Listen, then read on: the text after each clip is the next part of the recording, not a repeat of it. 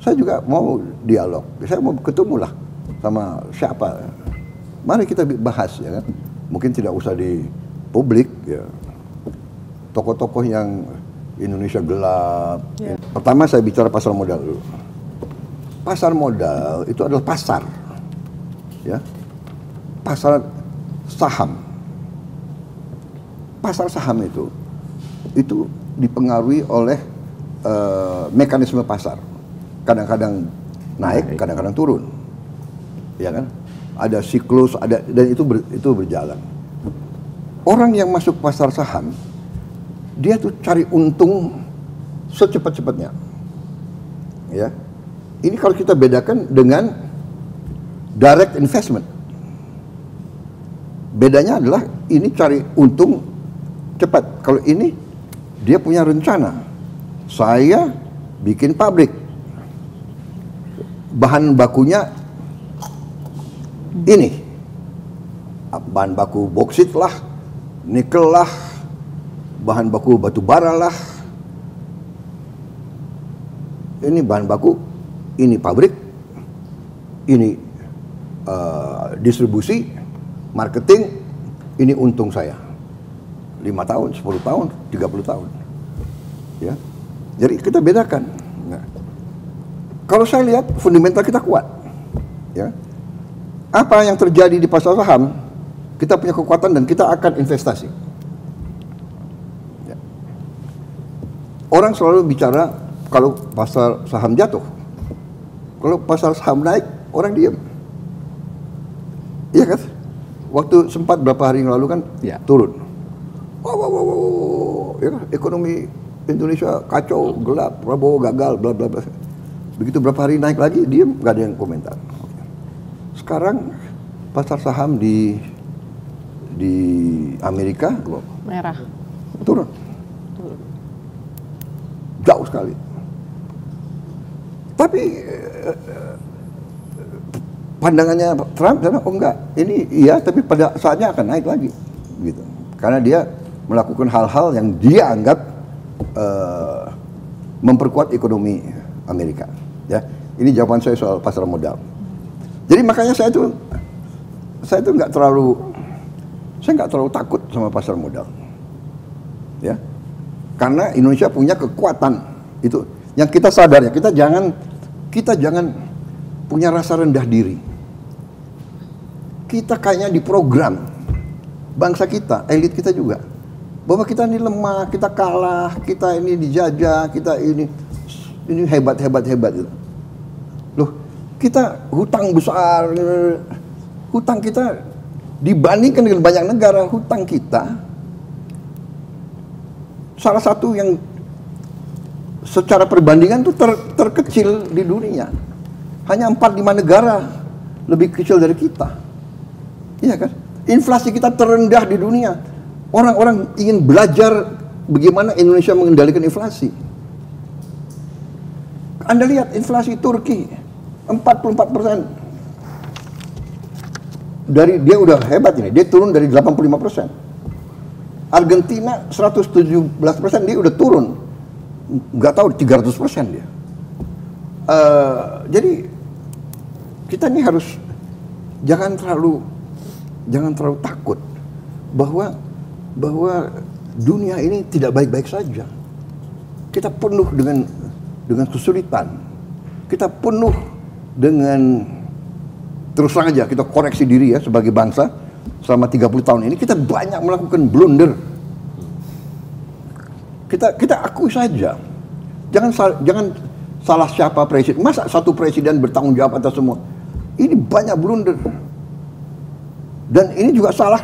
Saya juga, hey para teknokrat, hey para profesor, hey para guru besar, kenapa kau tidak koreksi, kenapa kau tidak ingatkan pada saat dilakukan penyimpangan, pada saat dilakukan blunder, ya kan, yang macam-macam lah kita bisa uraikan, ya. Jadi itu satu. Nah, kedua, masalah Trump. Ya, masalah Trump ini kita harus lihat nanti mungkin kita akan mengalami dampak yang berat mungkin, terutama yang bisa kena adalah industri tekstil, sepatu, garment, dan furniture. Ya, ini berat karena ini padat karya. Tapi kita akan cari jalan keluar. Kita harus berani mencari pasar baru. Kita ini terlalu manja juga sih. Ya, kita tuh selama ini tertarik oleh ekonomi Amerika, benar, karena ini kan sistem ekonomi yang Amerika ajarkan kepada kita, kan? Iya kan? Free market, benar nggak? Globalization, iya kan? There are no borders. Mereka ajarkan kepada kita. Kita murid yang setia. Ya kan? We follow what they teach us. All the time. The 60s, the 70s, the 80s, the 90s, 98, 99, kita ikut IMF. Paling setia, paling loyal.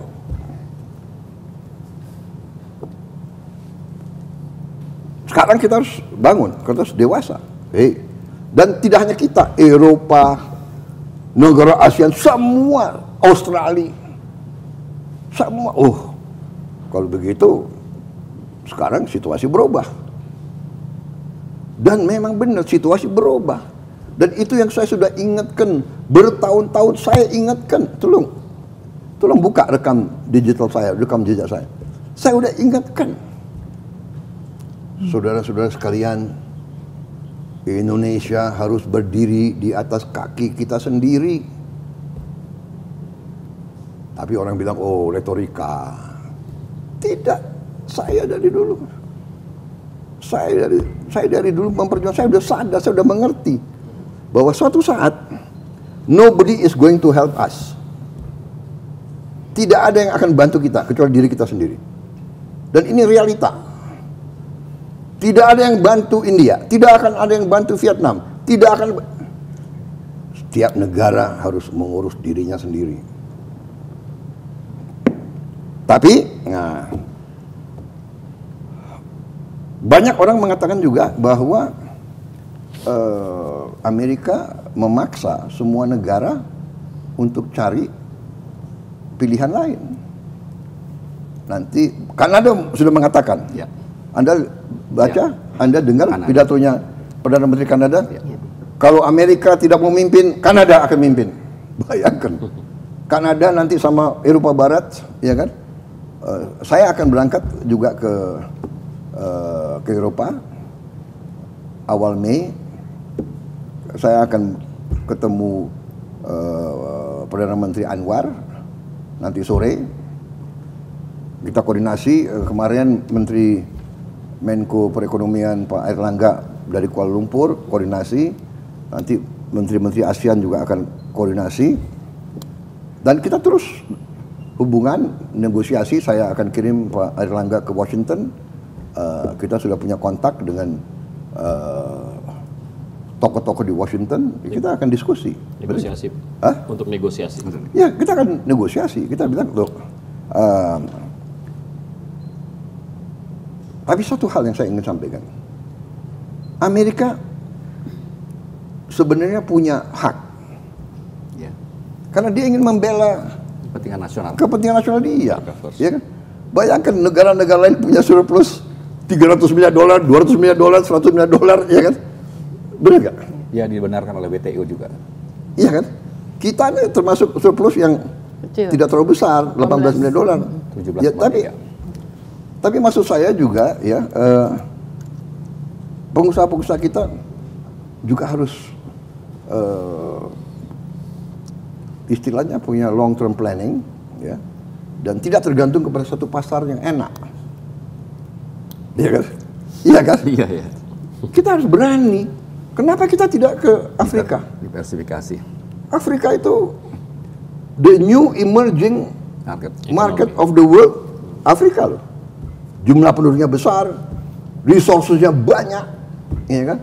kebutuhannya banyak, ada pengusaha-pengusaha kita yang berani ke Afrika, ya kan?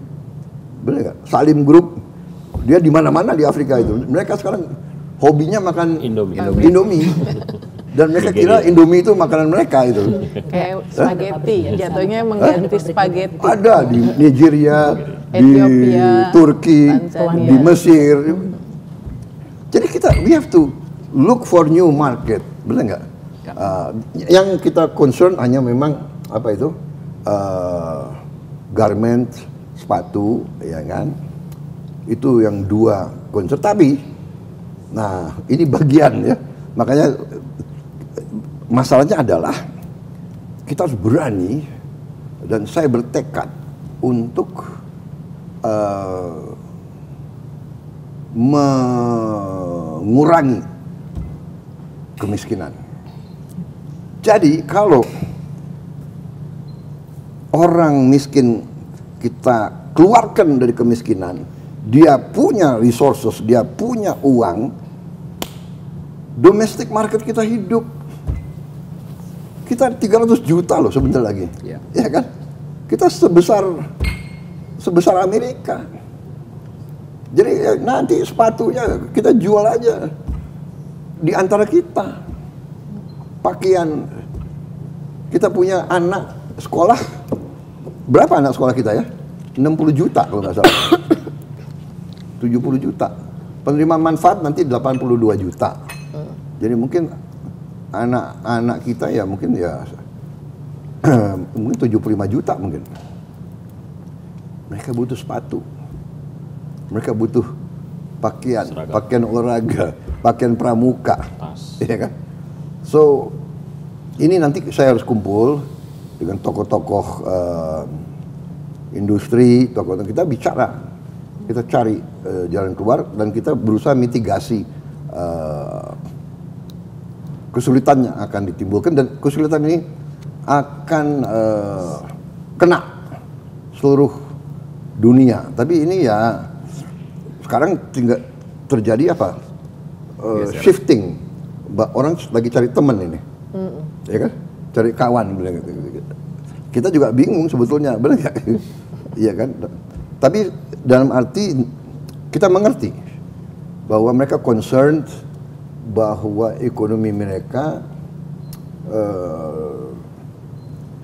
tidak produktif. Dia masih kuasai teknologi, tapi di bidang lain, bidang mobil, mereka sudah bisa kalah jauh mungkin dengan Cina, iya kan? Elektronik, telepon, ya kan? Kita sekarang siapa yang pakai telepon buatan Amerika mungkin ya? Apple masih, ya teknologi dia masih unggul. Jadi ini nanti ada equilibrium baru ya. Saya sendiri juga sangat prihatin. Tapi ya ini fakta yang dihadapi seluruh dunia. Ya hanya saya percaya tadi apa yang Alvito sampaikan, basic kita kuat. Ya, whatever happened, saya kira kita survive apa yang sudah pernah kita survive, krisis-krisis berkali-kali. Ya. 68, 98, 2008, COVID ya kita hadapi dan kita bisa atasi. Tapi kuncinya kalau ada kerukunan. Ya. Jadi saya juga prihatin ya, mungkin saya juga mau dialog. Saya mau ketemu lah sama siapa. Mari kita bahas ya kan.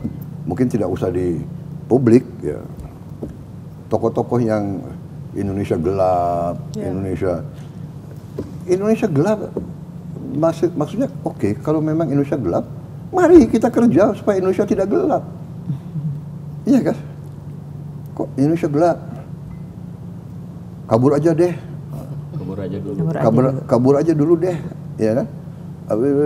Habis itu Jokowi salah, Prabowo goblok. Ini tidak mengatasi, iya kan? Apa? Mana? Ini saya bikin hitam atas putih. Ya. Saya mau kirim lah nanti. Kalau saya mau kasih makan ke anak yang lapar, what is wrong with that? Saya kampanye ke desa-desa. Saya lihat anak ini umur 5 tahun. Saya tanya, enggak, dia 10 tahun. Badannya 5 tahun, kecil. Stunting. Stunting kita ini sekian puluh persen, Mbak Uni. What do we do? Saya enggak teoritis. Iya kan? Saya mau intervensi. Yang sudah kaya, yang sudah lumayan, tidak mau makan, nggak apa-apa. Jatah makanmu kasih ke yang.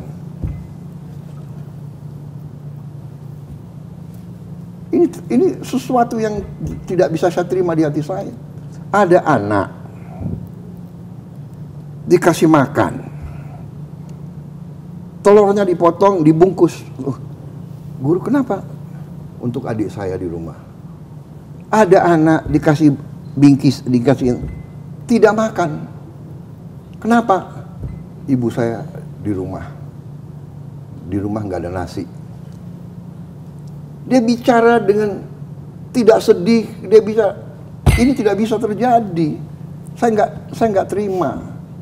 Saya sebagai pemimpin, saya sebagai patriot, bukan ini republik yang saya bela dari sejak muda. Jadi saya akan berjuang keras supaya tidak ada orang lapar di Republik Indonesia. Saya akan kerja sekeras-kerasnya.